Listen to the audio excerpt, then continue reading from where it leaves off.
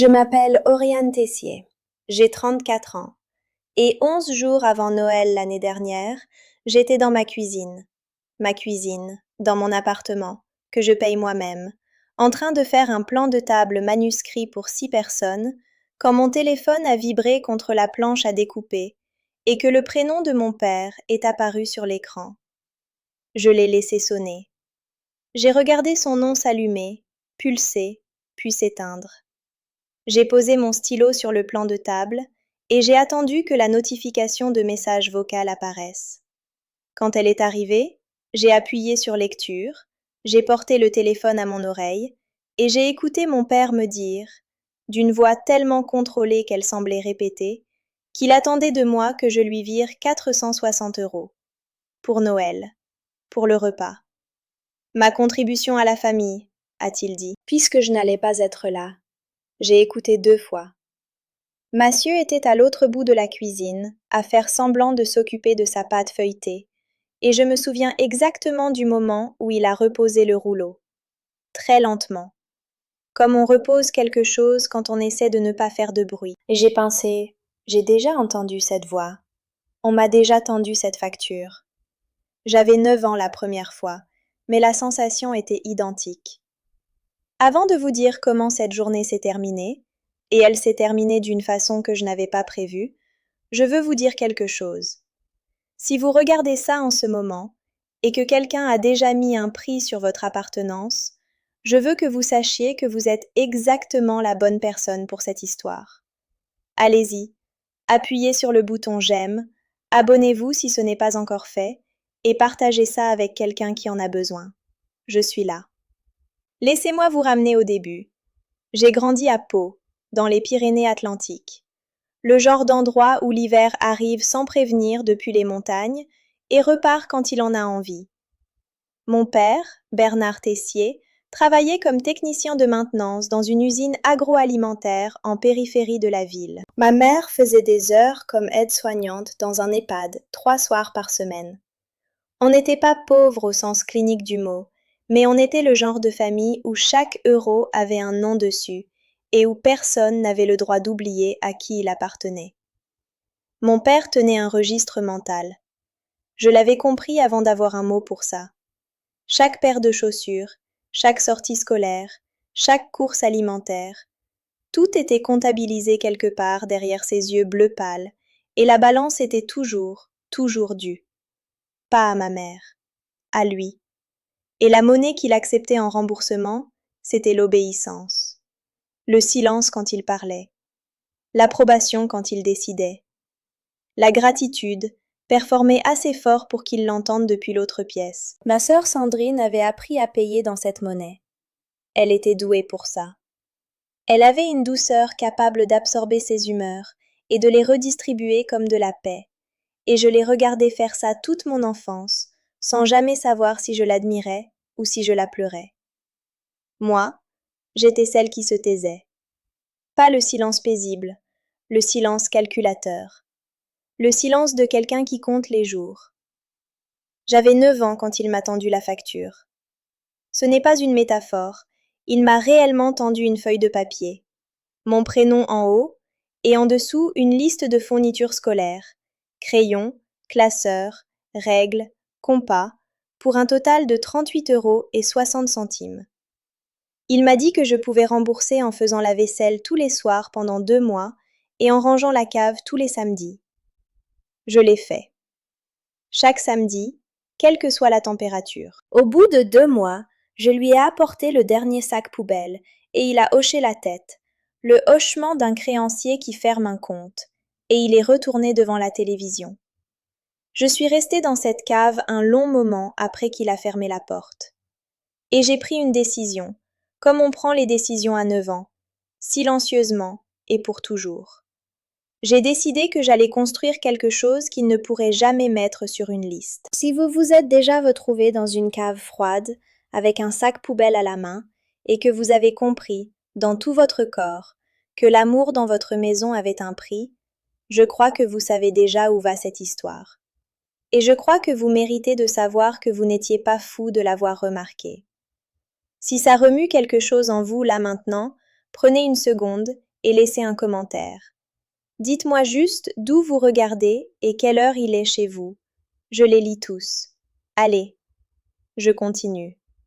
J'ai payé mes études moi-même. Je veux être précise là-dessus parce que ça compte. BTS, comptabilité gestion à l'IUT de Pau, bourse sur critères sociaux et job étudiant à la caisse du Leclerc de la zone commerciale de Lons, 3 soirs par semaine, debout 6 heures d'affilée à scanner des articles et à sourire. Puis une licence pro à l'université de Bordeaux, chambre en résidence Crous, beaucoup de pâtes.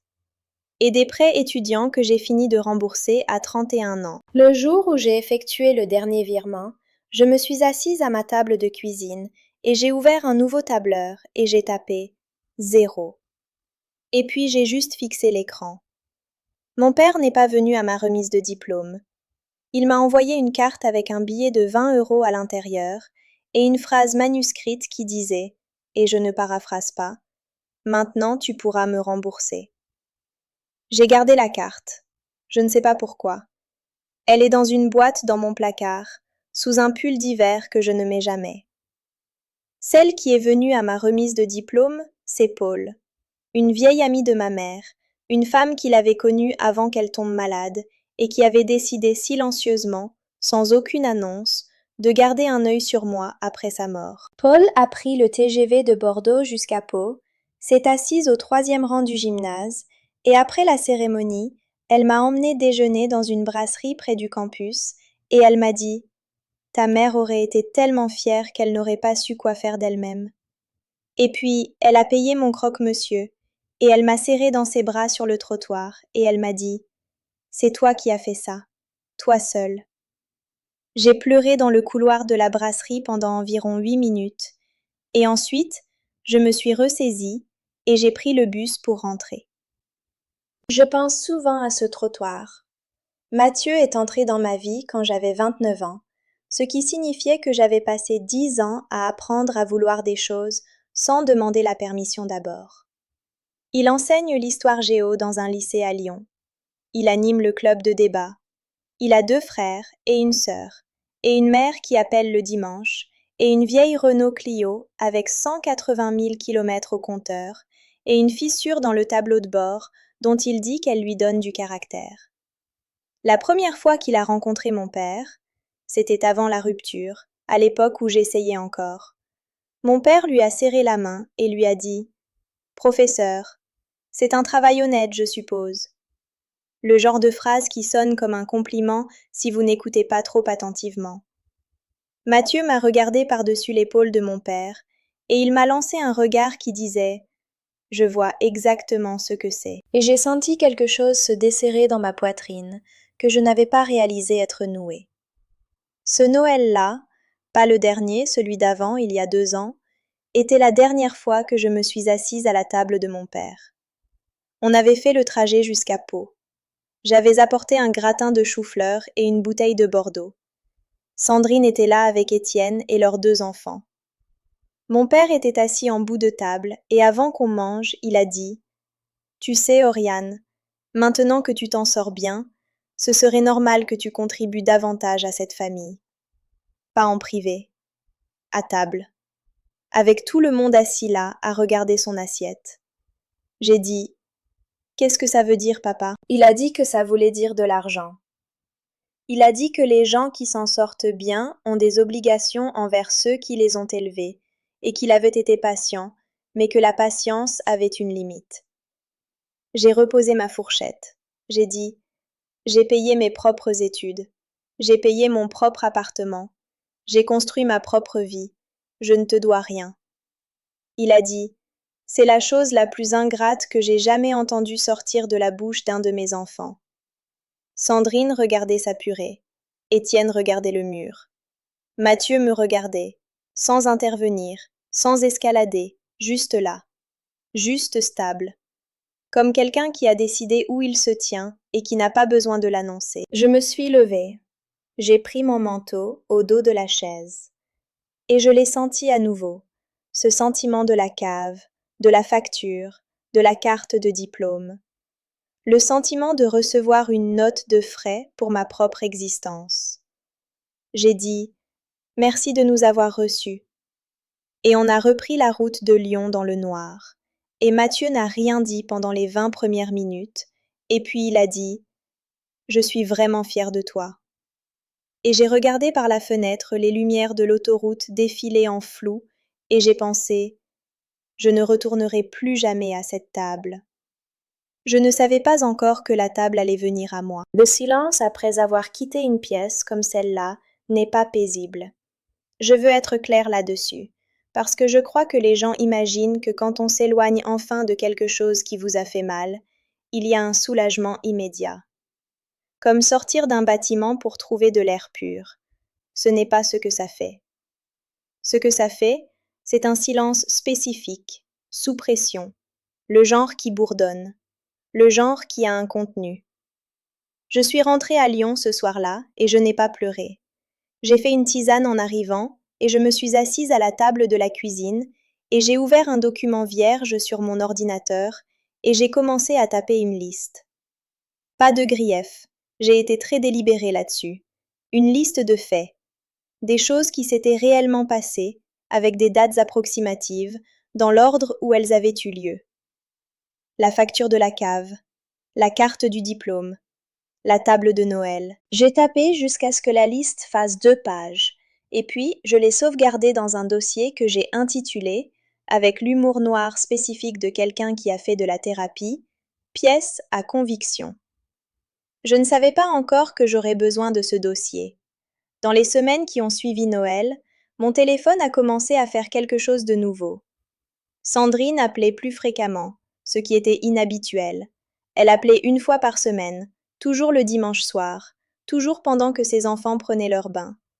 Maintenant, elle appelait le mardi, le jeudi, 1 fois un mercredi matin pendant que j'étais en réunion et où j'ai dû laisser sonner, puis écouter le message vocal sur le parking pendant ma pause déjeuner, assise dans ma voiture avec le moteur allumé pour avoir chaud. Les appels avaient un schéma.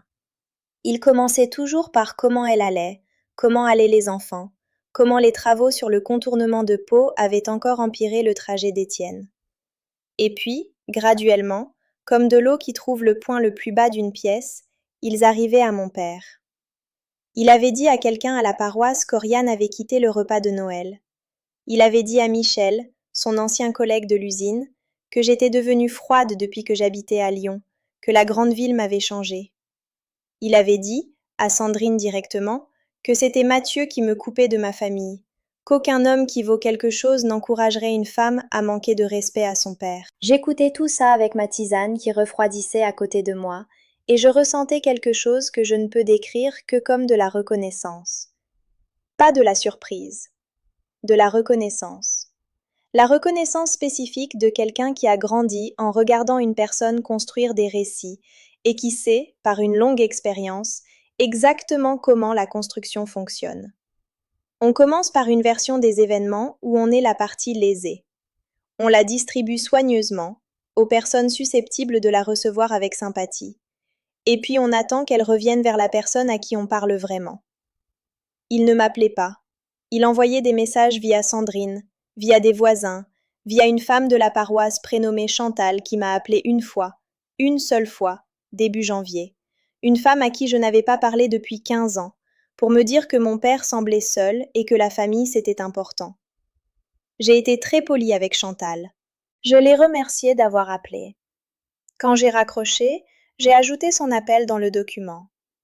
Je veux vous poser une question, et je la pose vraiment. Est-ce que vous avez déjà regardé quelqu'un utiliser la gentillesse des autres comme système de livraison? Envoyer quelqu'un qui vous aime frapper à une porte qu'il sait que vous avez fermée, parce qu'il sait que vous ne la claquerez pas au nez d'un ami de la même façon que vous la claqueriez au sien? Laissez ça dans les commentaires. Dites-moi si vous avez été la personne envoyée ou la personne qui a reçu le coup. Parce que j'ai été les deux, à des moments différents de ma vie, et je ne crois pas qu'on en parle assez. Je lirai tout.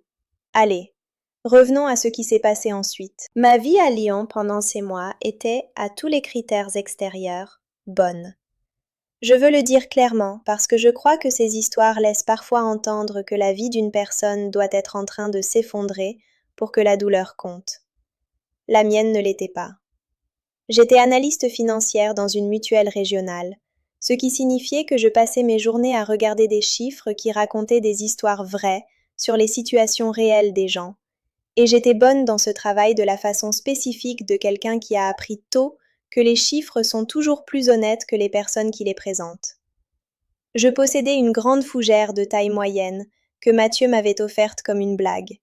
Il avait dit qu'elle prospérerait dans la négligence, ce qu'il trouvait approprié, et elle était, inexplicablement, en train de prospérer. Je faisais du café tous les matins à 6h15. J'allais à la piscine le mardi et le jeudi, et je séchais entièrement la 3e semaine de chaque mois, sans aucune culpabilité là-dessus.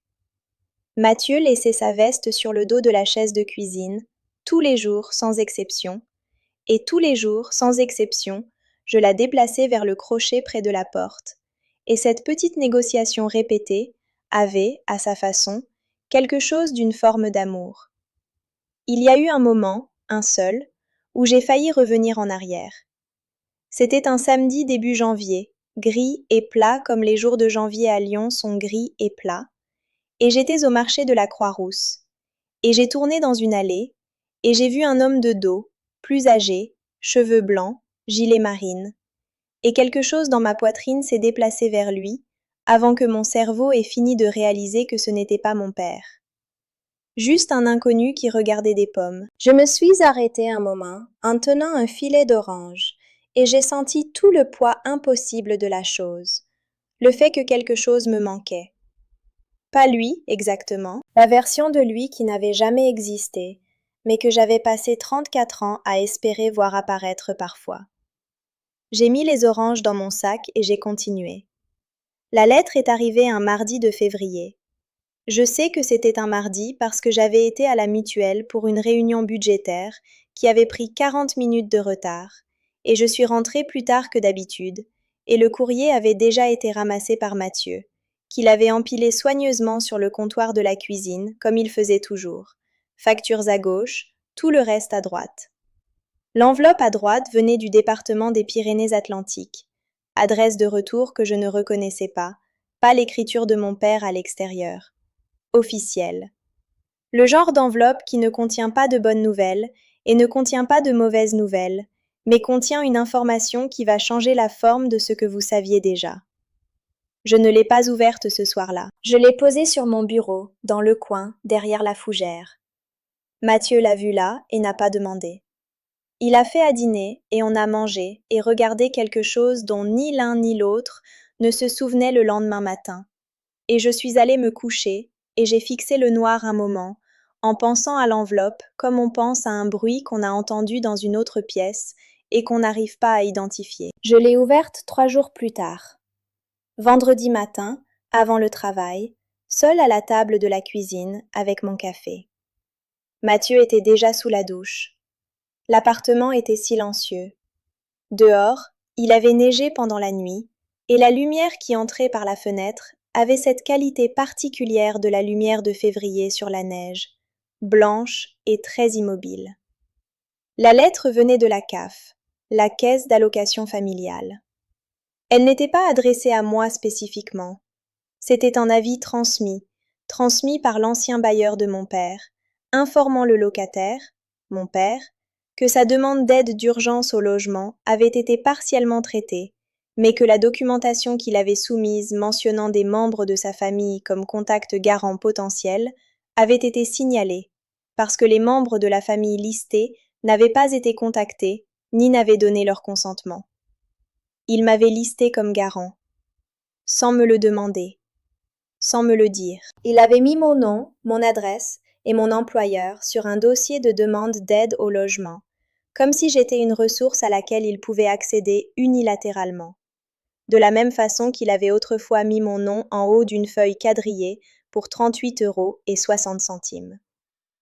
J'ai lu la lettre 2 fois. Je l'ai reposée sur la table.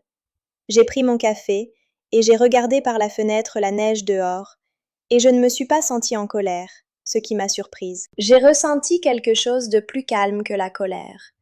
J'ai ressenti la clarté spécifique d'une personne qui vient de recevoir, dans une enveloppe administrative avec en tête officielle, la confirmation complète qu'elle n'inventait rien, que ce n'était pas dans sa tête, que le schéma était exactement aussi réel qu'elle le savait. J'ai entendu la douche s'arrêter. Mathieu est entré dans la cuisine en serviette, les cheveux qui dégoulinaient, en attrapant le torchon qu'il garde sur la poignée du four. Et j'ai pris la lettre et je la lui ai tendue sans rien dire. Il l'a lue debout là, encore dégoulinant, et quand il a eu fini de lire, il l'a reposée sur la table, et il m'a regardée, et il n'a pas dit « Je te l'avais bien dit ». Il n'a pas dit « Qu'est-ce que tu vas faire ?» Il n'a rien dit. Il a juste posé sa main sur le dossier de ma chaise, brièvement, et puis il est allé s'habiller. C'était le moment. Cette main tranquille sur le dossier de ma chaise. C'est le moment auquel je pense quand les gens me demandent ce que ça veut dire d'avoir quelqu'un dans son camp. Pas quelqu'un qui se bat pour vous, quelqu'un qui se tient près de vous pendant que vous comprenez que vous savez déjà vous battre. J'ai pris mon téléphone. J'ai appelé Sandrine. Elle a décroché à la deuxième sonnerie et j'entendais un de ses enfants en fond et elle a dit, avant que je puisse parler, « Ori, je sais je sais que les choses ont été… » J'ai dit, « Sandrine, tu savais qu'il avait mis mon nom sur un dossier de la CAF ?» Un long silence. « Il a mentionné, a-t-elle dit doucement, qu'il allait te contacter. »« Ce n'est pas te contacter, j'ai dit. C'est ce qu'il fait. Il ne demande pas. Il alloue. » Elle n'a rien dit pendant un moment. Et puis elle a dit, très doucement, « Je sais. » Et c'était la première fois, dans toutes ces années, que j'entendais ma sœur dire ces deux mots sans les faire suivre d'un mais. J'ai passé ce week-end à faire ce que je fais toujours quand quelque chose de grand se passe en moi et que je n'ai pas fini de le traiter. J'ai travaillé. Pas le travail de la mutuelle, un travail personnel. J'ai ouvert un tableur vierge le samedi matin pendant que Mathieu était à la boulangerie et j'ai commencé à construire un document qui n'était ni émotionnel, ni accusatoire, ni une liste de griefs. C'était une chronologie. Les dates dans la colonne de gauche, les événements au milieu, la documentation disponible à droite. La facture de la cave, date approximative, 1999, pas de copie physique, mais mon propre témoignage sous serment. La carte du diplôme, date exacte, copie physique dans la boîte sous le pull d'hiver. La table de Noël, novembre, il y a 2 ans. Témoin, Mathieu Auriac et Sandrine Tessier-Mouton. Le message vocal, novembre de l'année dernière, fichier audio sauvegardé sur mon téléphone et en sauvegarde cloud parce que je suis analyste financière et que je sauvegarde les choses. La lettre de la CAF, février, année en cours, lettre physique, en-tête officielle, numéro de dossier inclus. J'ai imprimé la chronologie. Je l'ai mise dans une pochette cartonnée beige. Je l'ai datée, sans y mettre de nom. Je ne savais pas encore exactement pourquoi je me préparais. Mais j'ai travaillé suffisamment longtemps dans la finance pour savoir que le moment où vous sentez le sol bouger n'est pas le moment d'arrêter de documenter. C'est le moment de commencer. L'information qui a tout recontextualisé est venue de Paul. Elle m'a appelé ce dimanche-là. Pas son habitude, elle appelait le mardi. Et elle a dit qu'elle avait entendu quelque chose par un contact commun de Pau, quelqu'un qui avait connu ma mère, et qu'elle pensait que je devais le savoir. Mon père disait à des gens spécifiques, des gens avec des ressources, que j'étais son aidante principale, que je gérais ses finances, qu'il était essentiellement sous ma responsabilité et que je n'avais récemment plus répondu. Je suis restée très immobile sur le canapé pendant qu'elle me racontait ça. Il ne gérait pas seulement un récit pour obtenir de la sympathie. Il construisait une infrastructure administrative. Le dossier de la CAF, avec mon nom dessus. L'histoire d'aidante distribuée à des gens susceptibles d'être interrogés pour la vérifier. Je suis analyste financière. Je sais à quoi ça ressemble quand quelqu'un construit une demande. Il construisait une demande. Paul a dit « Je ne sais pas ce qu'il pense pouvoir faire avec ça, Oriane. Mais j'ai pensé que tu avais besoin de connaître la forme de la chose. » J'ai dit « Merci, Paul », et je le pensais dans le sens où on dit « merci » quand ça vous coûte quelque chose de recevoir ce qu'on vous dit. Ce soir-là, Mathieu et moi nous sommes assis à la table de la cuisine après le dîner, et j'ai sorti la chronologie et je lui ai tout expliqué, la forme complète de la chose. Il a écouté comme il écoute ses élèves quand ils présentent un argument, complètement, sans interrompre, en suivant le fil. Quand j'ai terminé, il a regardé le document un moment, et puis il m'a regardé et il a dit « Qu'est-ce que tu veux faire ?» Pas « Qu'est-ce qu'on devrait faire ?» Pas « Voilà ce que je pense ». Qu'est-ce que tu veux faire? Et je l'ai aimé pour la précision de ça. J'ai dit « Je veux aller le voir, en personne, avec la pochette. » Mathieu a hoché la tête une fois.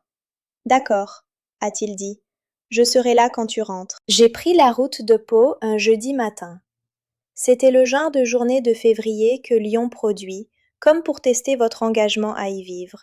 Le ciel était couleur de béton ancien, la température frôlait zéro, et l'autoroute A6, puis l'A89, était dégagée, mais bordée des deux côtés par le genre de neige qui est là depuis si longtemps qu'elle a viré grise sur les bords.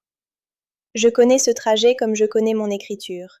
Je l'ai fait plus de fois que je ne peux compter, pour des fêtes et des obligations et de la culpabilité, et occasionnellement de l'envie véritable.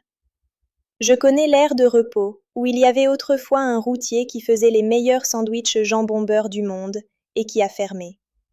Je connais le viaduc où, à 17 ans, j'avais conduit ma mère à un rendez-vous médical et où elle s'était endormie côté passager et où j'avais baissé la radio et où je m'étais sentie, pendant 1 heure, comme si j'étais le parent. Je pensais à elle sur cette route. Je fais ça parfois. J'ai des conversations avec elle dans ma tête, sur les longs trajets, le genre qu'on ne peut pas avoir avec quelqu'un d'autre parce qu'elle nécessite un type d'écoute spécifique qu'elle seule a jamais eu. Je lui ai dit où j'allais. Je lui ai dit que je n'étais pas en colère, ce qui était surtout vrai. Je lui ai dit que je croyais comprendre, finalement, ce dont il avait peur. Et je lui ai dit que je n'allais plus laisser cette peur être mon problème. La femme de la paroisse, celle qui hébergeait mon père dans sa chambre d'amis, vivait dans une petite maison jaune, dans une rue que je ne reconnaissais pas, du côté est de Pau. J'avais l'adresse de Sandrine.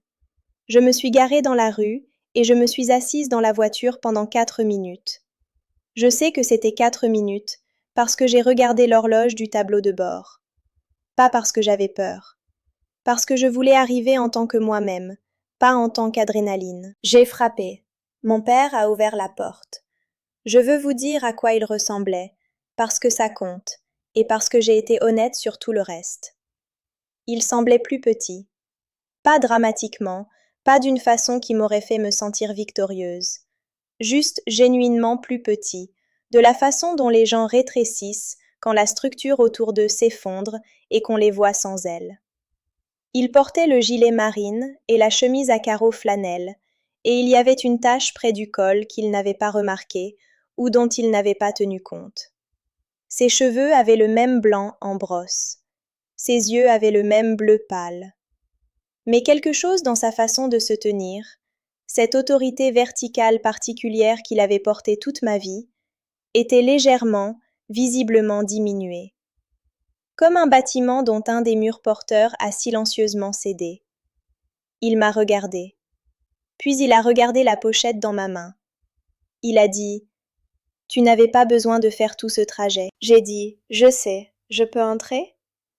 On s'est assis à la table de cuisine d'une femme dont la maison sentait l'assouplissant et le vieux bois, entourée de ses affaires à elle, ses petits coques en céramique sur le rebord de la fenêtre, ses magazines de mots croisés en pile près de la porte. Et j'ai posé la pochette sur la table entre nous, sans l'ouvrir encore.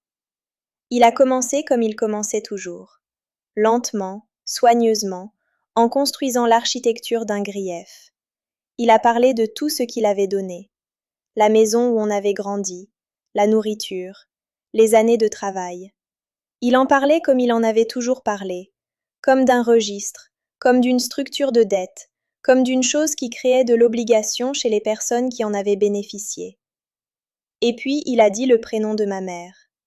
Il a dit qu'elle aurait voulu qu'on prenne soin l'un de l'autre. C'était la couche que j'avais anticipée, l'invocation. Il utilisait toujours son prénom quand il avait besoin que quelque chose fonctionne et que ça ne fonctionnait pas tout seul. Je m'y étais préparée.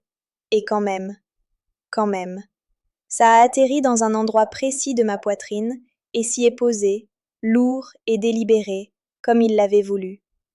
Je l'ai laissé s'y poser un moment. Et puis j'ai ouvert la pochette. J'ai placé la lettre de la cave sur la table devant lui. J'ai placé la chronologie imprimée à côté. Pas de façon dramatique. De la façon dont je place des documents au travail. À plat, alignés, lisibles. J'ai dit, tu m'as listé comme garant sans me le dire. Tu as dit à des gens dans cette ville que je gère tes finances et que je suis ton aidante. Rien de tout ça n'est vrai. Et j'ai besoin que tu comprennes que je sais que tu l'as fait, et que j'ai la documentation du schéma auquel ça appartient. Il a regardé les papiers. Il ne les a pas pris. Il a dit « Je pensais que ça ne te dérangerait pas ». Et voilà, la phrase qui contenait tout son monde intérieur en 10 mots. Il pensait que ça ne me dérangerait pas. Parce que dans sa comptabilité, j'étais une ressource. Les ressources ne se dérangent pas d'être allouées. Les ressources sont juste là. Je n'ai pas haussé le ton, je veux que vous le sachiez. Pas parce que je performais le calme, mais parce que je n'étais genuinement pas dans un état de rage. J'étais dans un état de clarté, ce qui est une chose entièrement différente. Et j'ai appris que la clarté n'a pas besoin de volume. J'ai dit « Si, ça me dérange. Ça m'a toujours dérangé. Et je te dis clairement, aujourd'hui, en personne, que mon nom n'est pas disponible pour toi. Pas sur des dossiers, pas dans des conversations avec des gens que je ne connais pas comme une ressource à laquelle tu peux accéder sans demander. Je suis ta fille. C'est la seule chose que je suis pour toi, et ce n'est pas la même chose qu'un actif. » Il a été silencieux un long moment. Et puis quelque chose s'est passé que je n'avais pas anticipé, ce qui est ce qu'il y a avec les gens, même les gens que vous croyez connaître complètement. Ils peuvent encore trouver le moyen de vous surprendre. Son visage a changé. Pas dramatiquement, juste, le carburant de la performance s'est épuisé. Le grief contrôlé, la construction soigneuse, la logique du registre, ça a simplement cessé de tourner. Et ce qu'il y avait en dessous n'était pas de la malveillance. C'était quelque chose de beaucoup plus vieux et beaucoup plus triste que de la malveillance.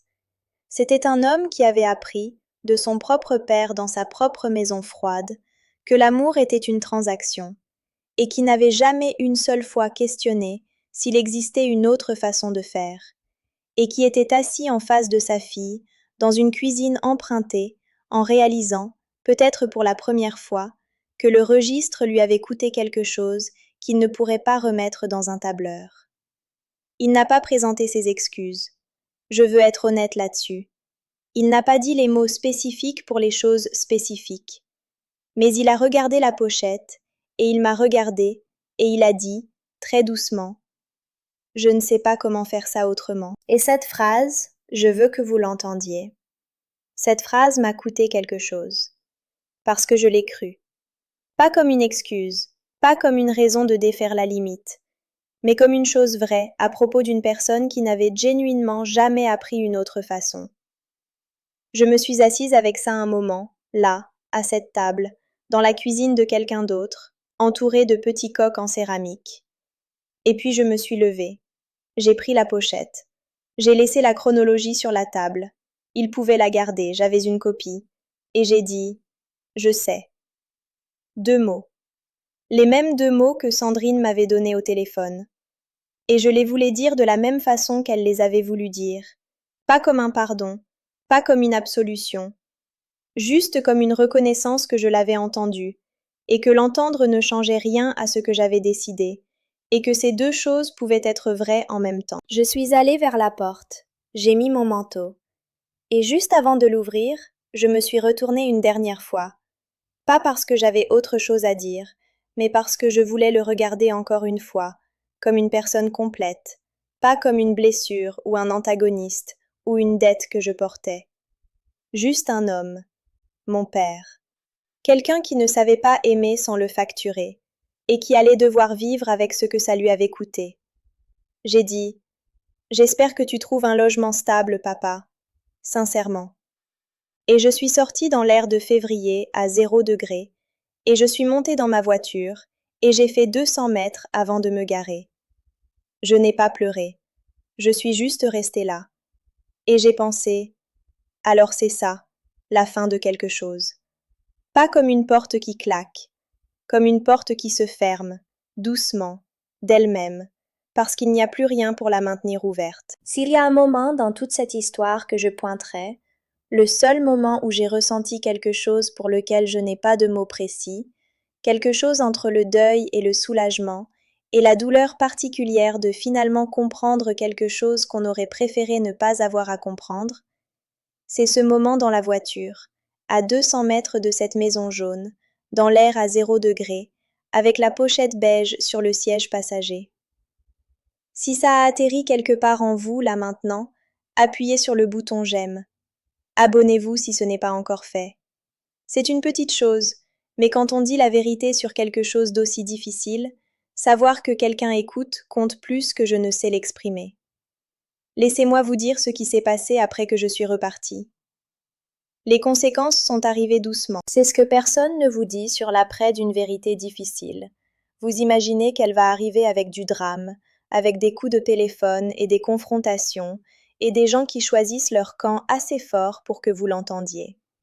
Ce qui se passe réellement est beaucoup plus petit et beaucoup plus permanent. Les choses s'arrêtent, simplement. Des gens qui appelaient n'appellent plus. Des espaces qui portaient votre nom le réattribuent silencieusement à quelqu'un d'autre. Et la personne au centre de tout ça doit vivre avec les résultats de ses propres choix, sans le public sur lequel elle comptait. J'ai appris la situation de mon père par Sandrine, comme j'avais appris la plupart des choses dans ma famille depuis que j'étais assez grande pour être la personne que Sandrine appelait quand elle ne savait plus quoi faire d'autre. Elle m'a dit, environ 3 semaines après ma visite à la Maison Jaune, que Michel, l'ancien collègue de mon père à l'usine, le premier à qui il s'était adressé quand il avait perdu son appartement, avait apparemment parlé. Pas méchamment, juste de la façon dont les gens parlent dans une communauté où tout le monde finit par connaître la version de tout le monde. Et la version qui circulait à Pau n'était pas la version que mon père avait soigneusement construite. Parce que Chantal, la femme de la paroisse, avait parlé à la femme chez qui mon père logeait. Et cette femme m'avait vu arriver à sa porte avec une pochette. Et elle avait tiré ses propres conclusions sur les raisons pour lesquelles une fille se présente avec de la documentation plutôt qu'avec un plat cuisiné. Et ses conclusions étaient plus précises que tout ce que mon père lui avait dit. Et Michel, qui avait entendu mon père me décrire comme froide et déracinée et sous l'influence de mon compagnon, avait apparemment dit à quelqu'un au marché « Je ne sais pas, Bernard raconte cette histoire depuis longtemps et elle change à chaque fois selon à qui il la raconte. » Ce qui est le genre de phrase qui, dans une petite communauté, voyage plus vite que tout ce qu'on dit exprès. Je n'ai pas célébré ça. Je veux être claire là-dessus parce que je crois que ça compte pour le genre de personne que j'essayais de devenir. Je n'ai pas ressenti de satisfaction quand Sandrine me l'a dit. J'ai ressenti quelque chose de plus complexe, une sorte de reconnaissance fatiguée, de la façon dont on se sent quand quelque chose qu'on savait vrai est confirmé par des preuves extérieures, et qu'on réalise qu'on espérait, sur un plan quelconque, avoir tort. Mon père a emménagé dans le studio social 6 semaines après ma visite. Sandrine me l'a dit un dimanche, à son heure habituelle, pendant que ses enfants prenaient leur bain. Elle a dit qu'il l'avait appelé sur sa nouvelle ligne fixe pour lui donner le numéro. Elle a dit qu'il semblait plus stable.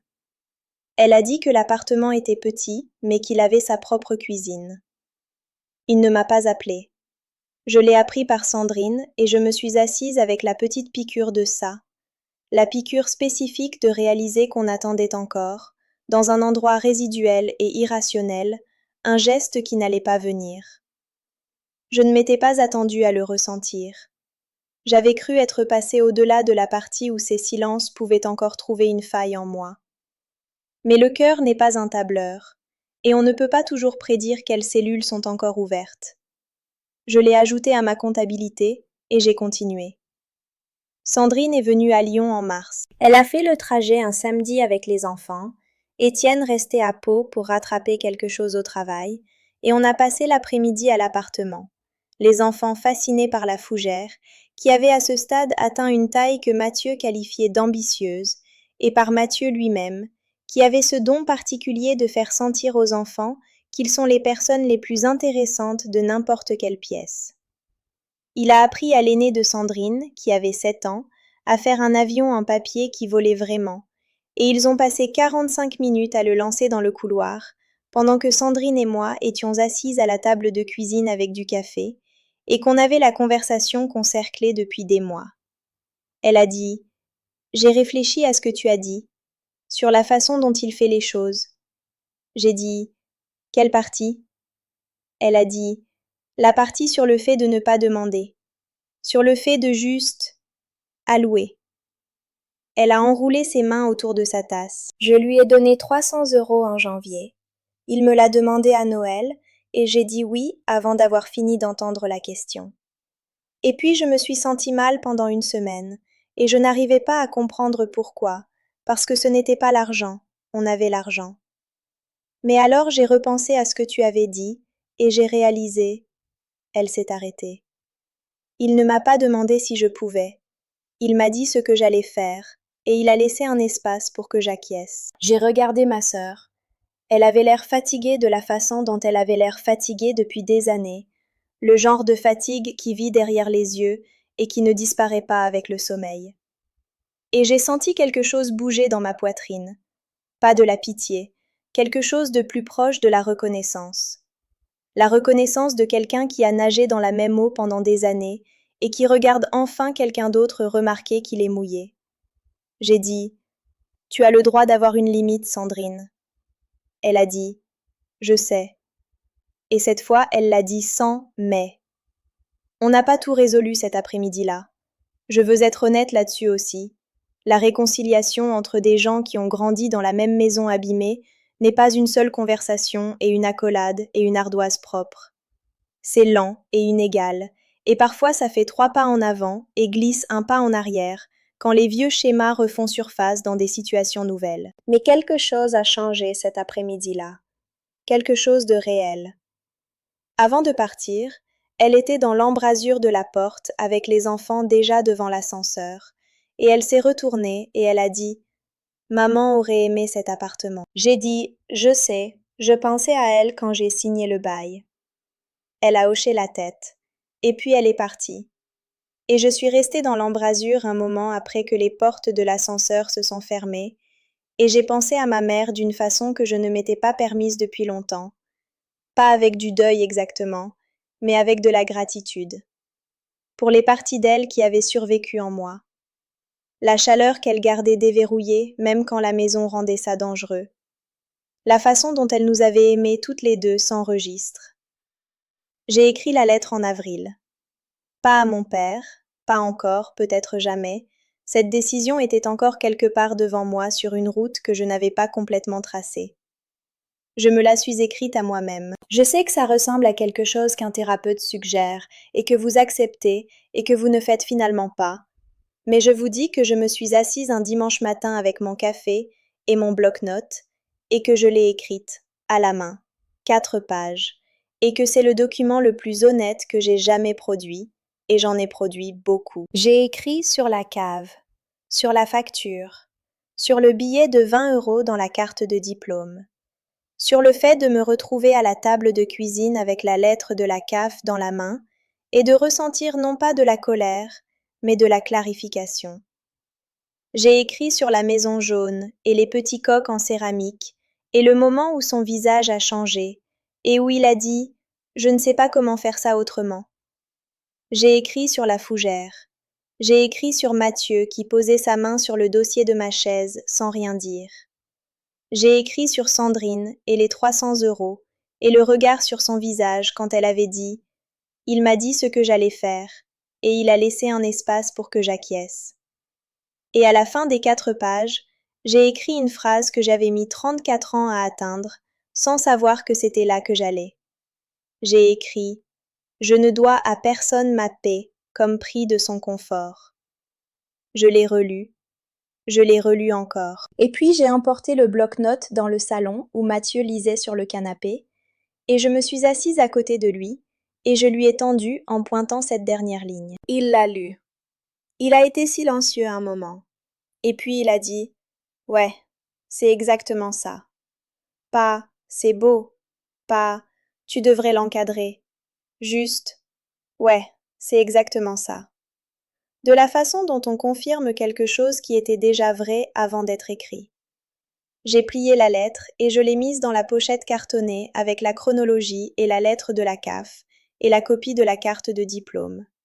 Plus comme des pièces à conviction. Comme un registre. La différence entre des pièces à conviction et un registre, c'est que les pièces à conviction servent à prouver quelque chose à quelqu'un d'autre. Un registre, c'est juste pour savoir. C'est fin octobre maintenant. Presque un an depuis le message vocal. Presque un an depuis que j'étais dans ma cuisine, avec la pâte feuilletée de Mathieu sur le comptoir, et la voix de mon père dans mon oreille, qui me disait que je lui devais 460 € pour un repas de Noël auquel je n'allais pas assister.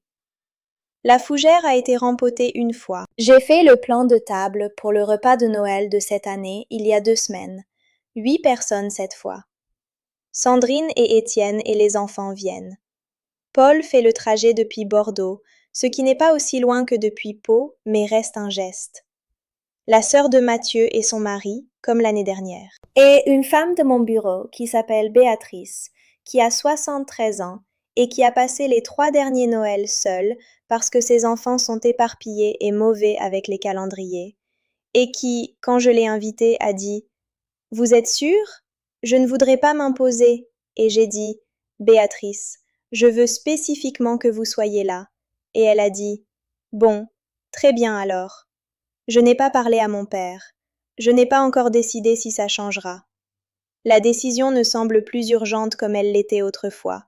Non pas parce que je m'en fiche, mais parce que j'ai arrêté d'organiser ma vie autour de la question. Il existe. J'existe. On est reliés par le sang et par l'histoire, et par une cave à peau, et par une feuille de papier quadrillée avec mon prénom en haut. Rien de tout ça n'est rien. Rien de tout ça n'est tout. Certains matins, je bois mon café et je regarde la fougère, et je pense à cette phrase que j'ai écrite sur le bloc-notes. Je ne dois à personne ma paix, comme prix de son confort. Et je pense à la petite fille de 9 ans dans la cave froide, avec le sac poubelle, qui avait pris une décision sans avoir les mots pour ça, qui avait décidé qu'elle allait construire quelque chose qu'on ne pourrait pas mettre sur une liste. Elle avait raison. Elle ne savait juste pas encore combien de temps ça prendrait, ni combien de formes la facture prendrait avant qu'elle arrête enfin de la payer. Je m'appelle Oriane Tessier, j'ai 34 ans, et ce Noël, je fais le plan de table pour 8 personnes, et chacune d'entre elles est là parce qu'elle a choisi de l'être, et moi aussi. C'est tout. C'est ce que j'essayais de dire depuis le début. Avant de partir, je veux vous poser une question, et je la pose sincèrement. De la façon dont on pose quelque chose quand on vient de finir de raconter l'histoire la plus honnête qu'on connaisse. Est-ce que quelqu'un a déjà utilisé votre sens de l'obligation, votre amour, votre loyauté, votre culpabilité, comme mécanisme pour vous prendre quelque chose? Et si oui, quel a été le moment où vous l'avez réalisé? Pas quand ça a commencé, quand vous avez enfin vu les choses pour ce qu'elles étaient. Laissez ça dans les commentaires. Je les lis tous, et je le dis dans le sens spécifique de quelqu'un qui sait que parfois la seule chose qui aide, c'est de savoir que quelqu'un d'autre a aussi été dans cette cave. Si cette histoire est restée en vous, appuyez sur le bouton j'aime. Abonnez-vous pour ne pas manquer la prochaine. J'ai encore des choses à raconter, et je le ferai. Et si vous connaissez quelqu'un qui paie encore une facture qu'il n'a jamais acceptée, partagez ça avec lui. Pas pour arranger quoi que ce soit, juste pour qu'il sache qu'il n'est pas le seul. À bientôt!